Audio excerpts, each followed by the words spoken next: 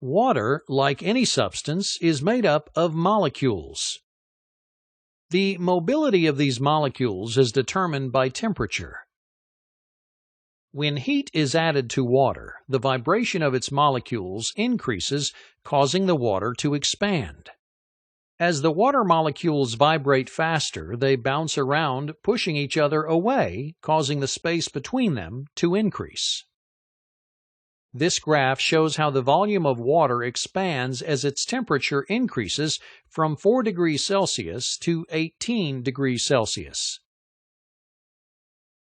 Here is a graph showing the increase of water volume over a larger range of temperatures. However, there is an important anomaly that should be noted. When you zoom in on the graph between 0 and 4 degrees Celsius, you'll notice that there is no expansion in this range. In fact, there's a slight decrease in volume. This is due to water's unique property of having less density as a solid than as a liquid.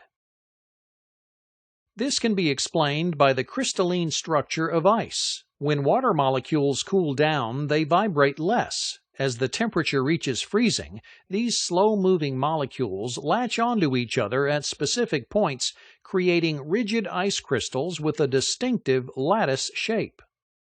The relatively large space between frozen water molecules is the reason that ice is more voluminous than water and likewise less dense. As ice is heated from 0 to 4 degrees Celsius, it begins to thaw. However, because melting is not an instantaneous process, the water molecules transforming from the crystalline state to a liquid are decreasing in overall volume, while the water molecules absorbing heat in the liquid form are increasingly more active, which increases volume.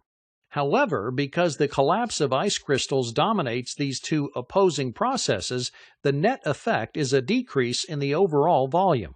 Once the water reaches 4 degrees Celsius, however, expansion takes over as most of the ice crystals have melted and the freely vibrating water molecules can move about with increasing mobility.